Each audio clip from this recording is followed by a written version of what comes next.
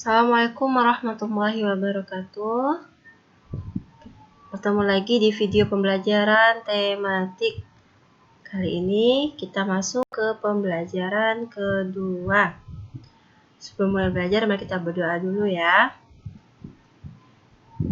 Setelah berdoa, siapkan buku paket tema 2-nya.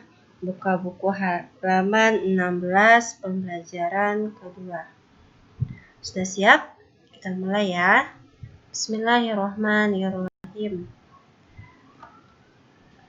Bernafas merupakan salah satu ciri dari makhluk hidup. Bernafas dalam menghirup oksigen dan mengeluarkan karbon dioksida.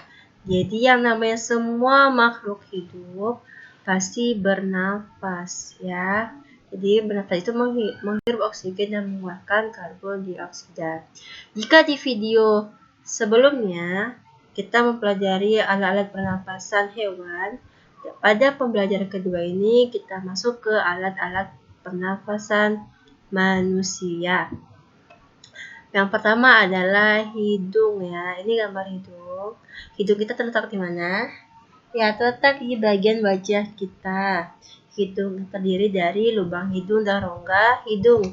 Di dalam rongga hidung terdapat rambu-rambu halus dan selaput lendir. Rambut halus itu berfungsi untuk menyaring kotoran atau debu yang masuk bersama udara.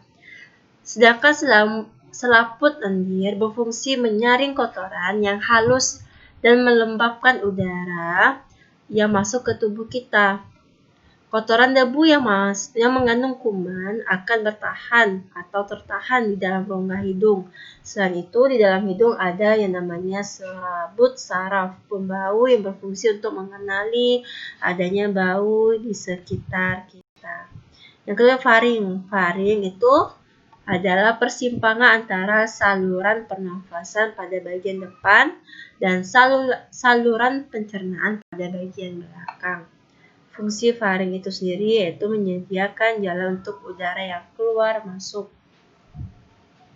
sebagai jalan makanan dan minuman yang kita makan, serta ruang dengung atau resonansi untuk suara.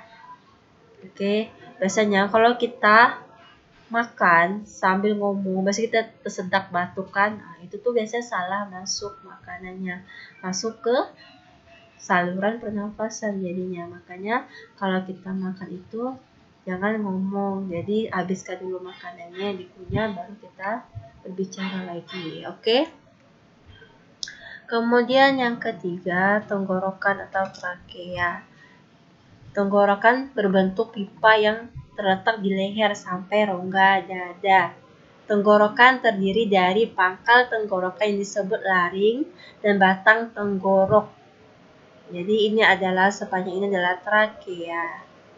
Ya, ini trakea. Laring terdapat di bagian belakang faring. Nah, ini laring yang belakang. Pada laring terdapat pita suara dan katup. Katup ini akan membuka dan menutup bila kita memasukkan udara dan menelan makanan. Batang tenggorokan memiliki 2 cabang. Cabang batang tenggorokan disebut bronkus. Ya, bronkusnya. Ya. Bronkus menghubungkan batang tenggorokan dengan paru. Oke, itu penjelasan tentang tenggorokan atau trakea. Selanjutnya itu paru-paru. Paru-paru kita terdiri dari cabang bronkus dan alveolus. Cabang bronkus disebut bronkiolus. Alveolus merupakan gelembung-gelembung pada ujung bronkiolus. Fungsi alveolus itu sendiri adalah untuk pertukaran gas oksigen dan karbon dioksida. Oke, paham sampai sini ya? Oke, sekarang kalian buka bukunya halaman 20. Di situ ada teks bacaan tentang kebersihan lingkungan sekolah.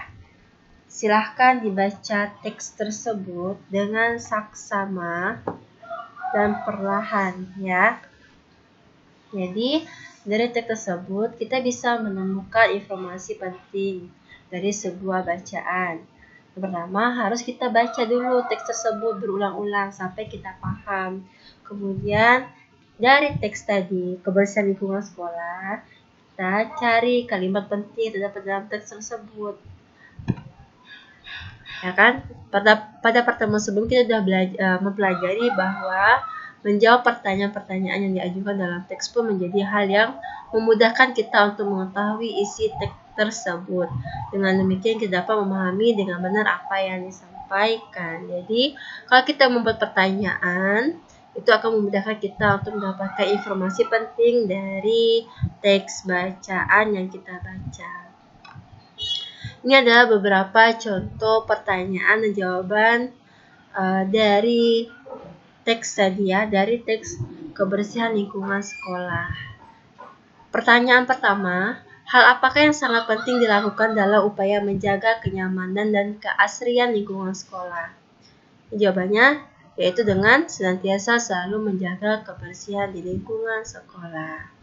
Pertanyaan kedua, adakah contoh lain yang dapat dilakukan di sekolah dalam rangka menjaga kebersihan di kelas?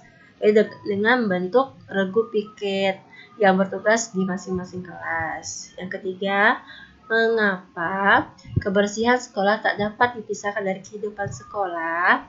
Itu karena kondisi sekolah yang memiliki lingkungan bersih akan memberikan dampak yang sangat baik bagi warga sekolah. Yang keempat, bagaimana upaya kita untuk menciptakan lingkungan yang sehat dan bersih? Yaitu dengan memulainya dari diri kita sendiri untuk memberikan hidup bersih dan sehat. Kalian bisa lihat dari contoh soal ini, atau contoh pertanyaan ini, yang soal pertama atau pertanyaan pertama, dia menggunakan kata apa. Di sini ada kata apa. Yang kedua itu adakah. Yang ketiga, mengapa. Yang keempat, bagaimana. Jadi, dari video sebelumnya, saya sudah kasih tahu kata tanya bisa kalian gunakan untuk membuat pertanyaan. Oke, paham ya?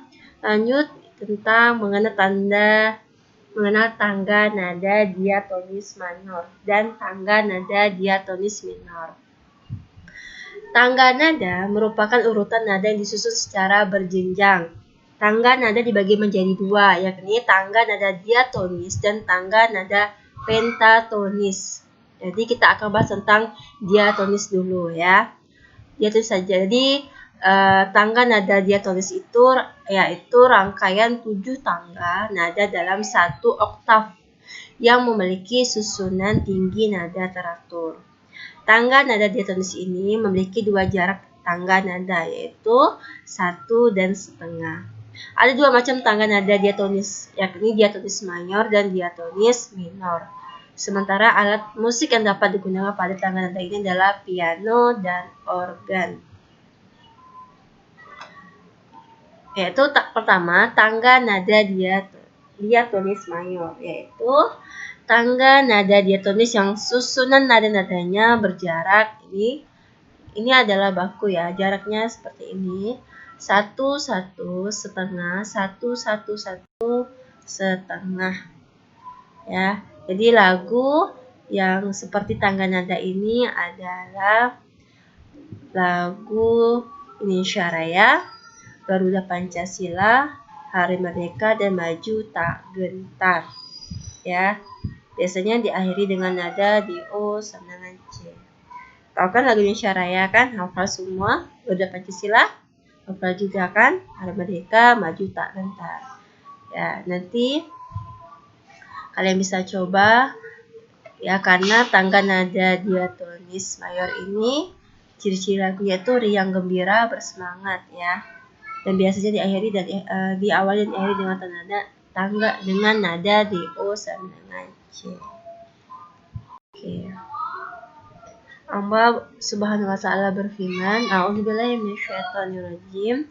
Wahai orang-orang yang beriman, jika seseorang yang fasik datang kepadamu membawa suatu berita, maka telitilah kebenarannya, agar kamu tidak mencelakakan suatu kaum karena kebodohan atau kecerobohan yang akhirnya kamu menyesali perbuatanmu itu. Itu Quran surah Al-Hujurat ayat 6. yaitu memastikan informasi yang kita dapat itu atau berita kita dapat itu kepada orang lain adalah penting agar tidak mencelakakan orang lain.